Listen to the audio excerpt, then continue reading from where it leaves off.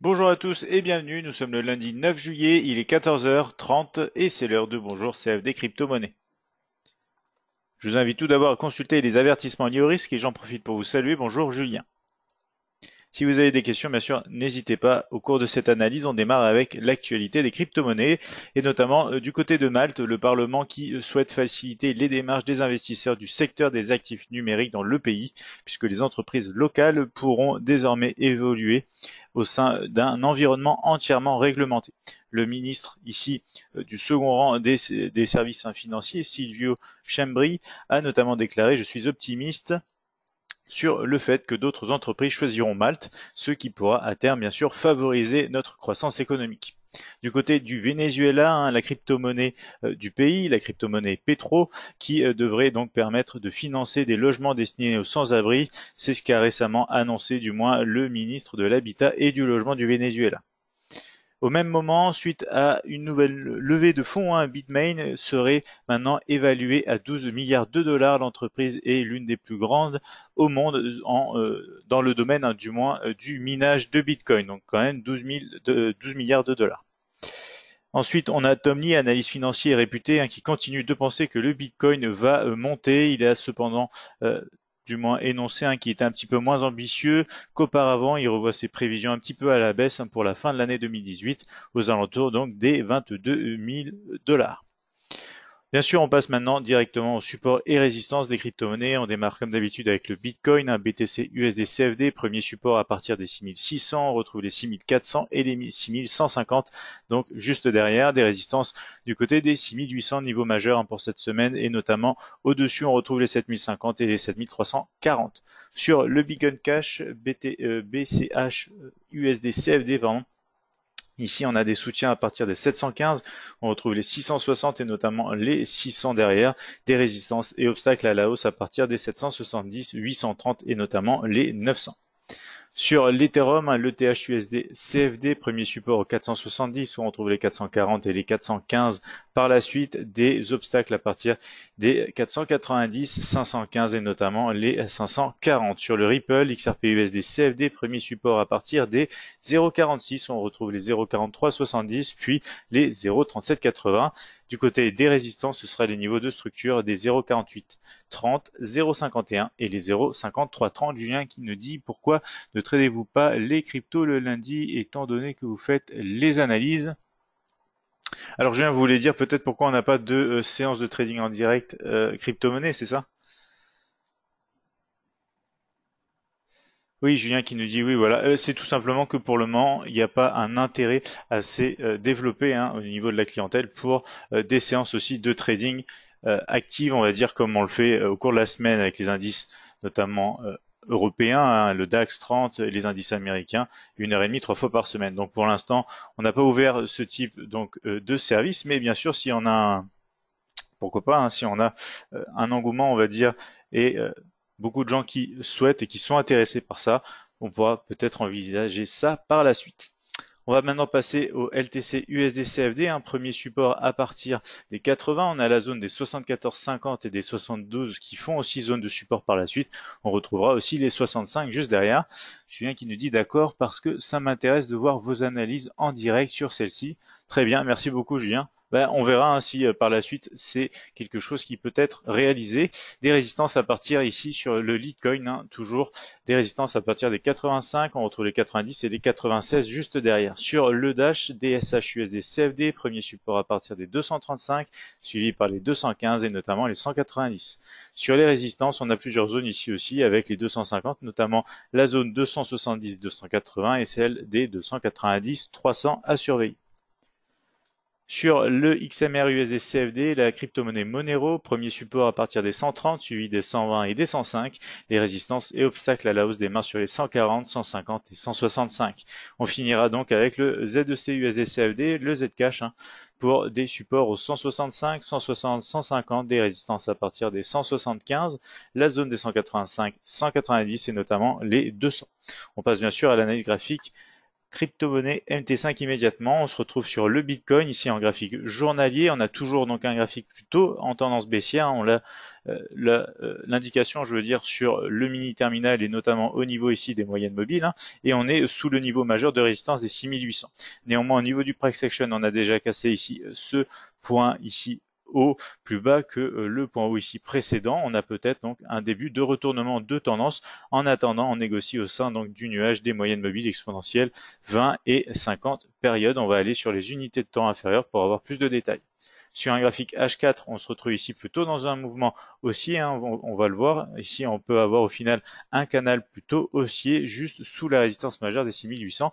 On a notamment une tendance haussière, momentum positif et force négative ici au niveau du mini terminal des moyennes mobiles qui soutiennent hein, pour l'instant la progression à la hausse sur cette unité de temps du cours du Bitcoin. Sur le graphique horaire, ici, on retrouve donc ce fameux canal haussier, hein, bien sûr.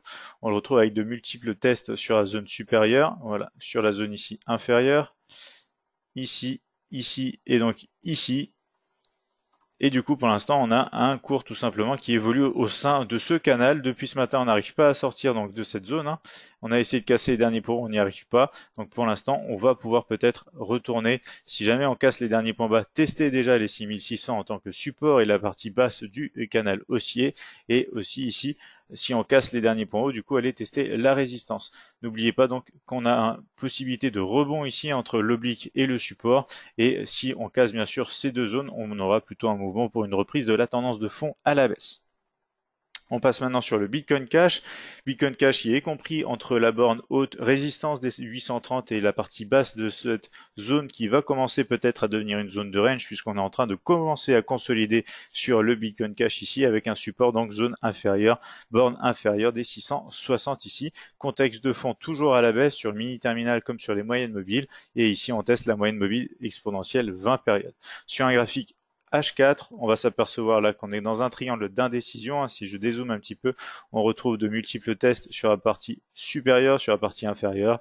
Donc très beau triangle d'indécision. Ici, on attendrait donc une cassure des derniers points hauts en accord avec la résistance des 770 et la partie haute du triangle d'indécision pour avoir un mouvement aussi en direction des 830. Si jamais on casse les derniers points bas, on casse cette oblique, on ira tester la zone donc partie basse du range potentiel, les 660.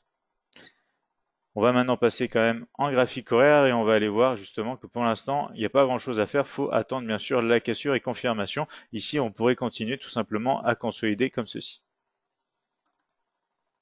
Sur l'Ethereum, on est donc au-dessus des 470, une zone majeure de support à l'heure actuelle qui correspond à peu près avec la moyenne mobile exponentielle 20 périodes. On est rentrer donc ici à l'intérieur des négociations dans le nuage des moyennes mobiles et on va voir en détail, mais les pressions ici sont toujours plutôt à la vente aussi bien sur la configuration des moyennes mobiles que sur le mini terminal.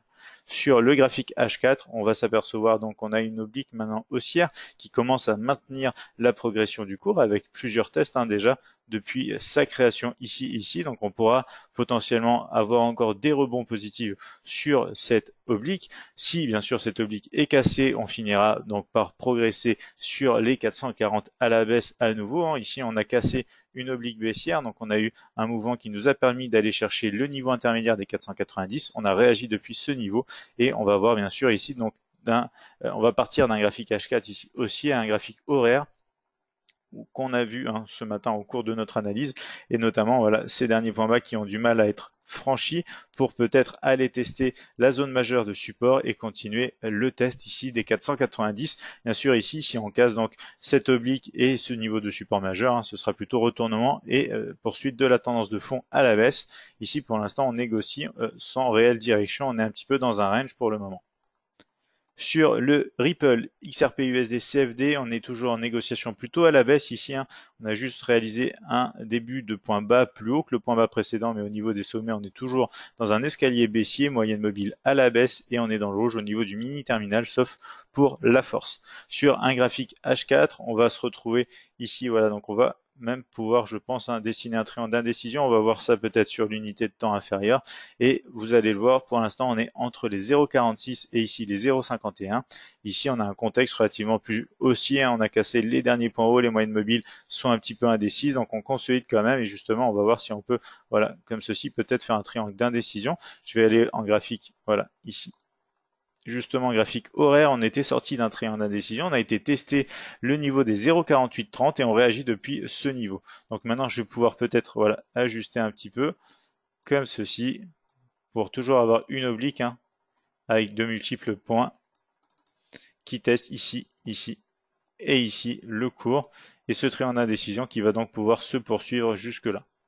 Donc on va voir bien sûr en rajoutant les derniers points hauts et bas hein, où on en est. Donc voilà, on aurait des négociations encore un petit peu en consolidation tant qu'on ne sort pas de ce triangle d'indécision. Donc bien sûr ici, il faut être plus conservateur bien évidemment et attendre des confirmations de la cassure du triangle d'indécision et de zones de structure, à savoir soit les 0,4830 pour un mouvement potentiel à la hausse, soit les 0,46 pour poursuivre tout simplement la tendance de fond à la baisse.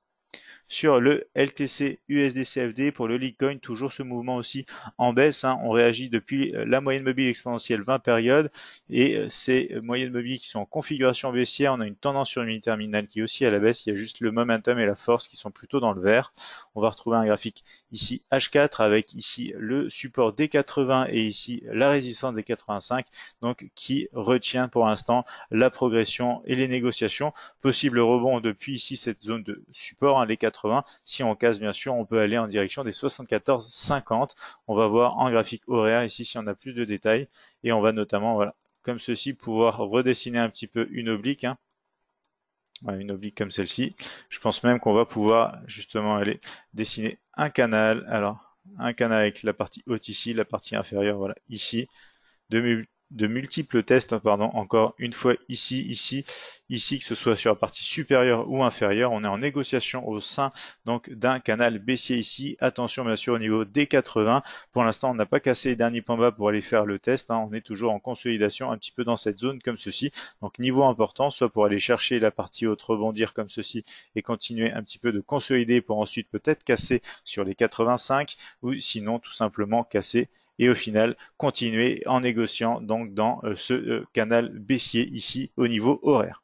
Sur la crypto-monnaie Dash, DSH USD-CFD, on réagit hein, aussi sur le niveau majeur de résistance journalier des 250 en accord avec la moyenne mobile exponentielle 20. Le cadre est toujours baissier, tendance momentum dans le rouge et des moyennes mobiles qui confirment tout ça. Sur un graphique H4, on va s'apercevoir qu'on est un peu bloqué pour l'instant entre les 235 supports intermédiaires et la résistance des 250 et on va voir notamment bien sûr ici donc des pressions bien sûr à la vente sur le graphique H4.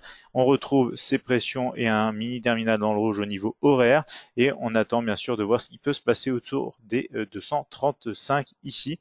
Je vais regarder juste voilà cette oblique, je vais peut-être pouvoir l'ajuster et on va même pouvoir peut-être voilà faire aussi un canal. Ici on retrouve souvent avec la corrélation des marchés crypto bien sûr, on retrouve souvent certaines. Donc voilà, on peut retrouver peut-être comme ceci, voilà. Du moins pour la partie haute ici, c'est sûr. On a vraiment de multiples tests, hein, ici, ici, ici et ici. Donc un canal baissier aussi ici, en attente tout simplement de voir ce qui peut se passer autour des 235. Je vais rajouter les derniers points hauts et bas et on va voir donc qu'ils sont vraiment pas loin. Voilà, on a commencé à casser les derniers points bas, donc on va peut-être pouvoir continuer en négociant à la baisse ici dans le cadre de cette tendance baissière sur les crypto-monnaies.